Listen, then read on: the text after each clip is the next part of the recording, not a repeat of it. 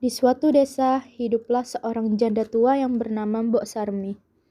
Dia tinggal sendirian dan merasa kesepian. Dia sangat mendambakan adanya seorang anak yang bisa menemaninya.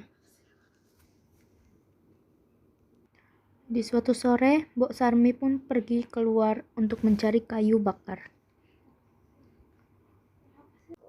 Di tengah jalan, Mbok Sarmi bertemu raksasa pemakan manusia. Ia gemetar ketakutan dan memohon raksasa untuk membiarkannya pergi. Baiklah, aku akan lepaskanmu kalau kau bisa memberiku seorang anak untuk disantap. Gelegar suara raksasa tersebut. Tapi aku tidak punya anak, jawab Mbok Sarmi dengan mirih. Kalau begitu, ambil saja biji mentimun ini. Aku titip untuk kau tanam. 15 tahun lagi aku akan kembali untuk memakannya. Gerang sang raksasa.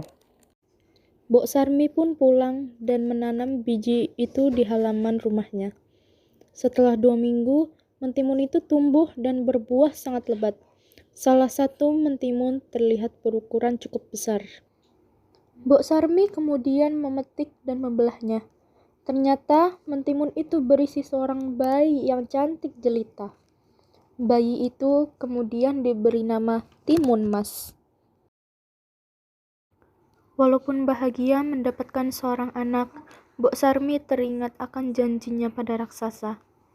Ia berpikir keras mencari cara agar Timun Mas tidak diambil oleh raksasa.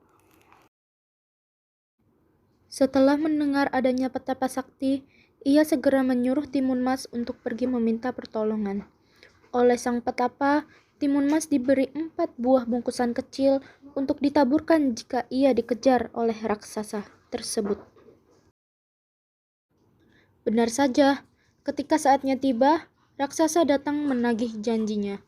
Mbok Sarmi berusaha mengulur waktu agar Timun Mas bisa kabur. Menyadari hal itu, si raksasa murka dan segera mengejar Timun Mas. Pertama, Timun Mas melempar kantong yang berisi biji mentimun. Sungguh ajaib, timbul ladang mentimun yang lebat buahnya.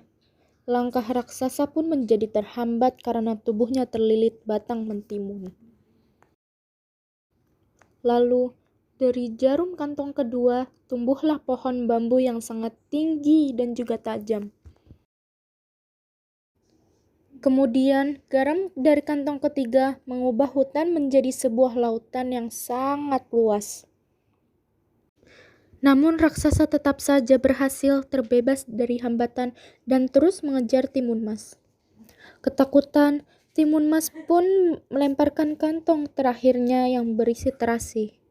Dari situ terbentuklah lautan lumpur yang mendidih. Akhirnya sang raksasa tercebur di dalamnya dan mati. Timun Mas kembali ke rumah Mbok Sarmi dengan lega. Mereka pun kini hidup berbahagia.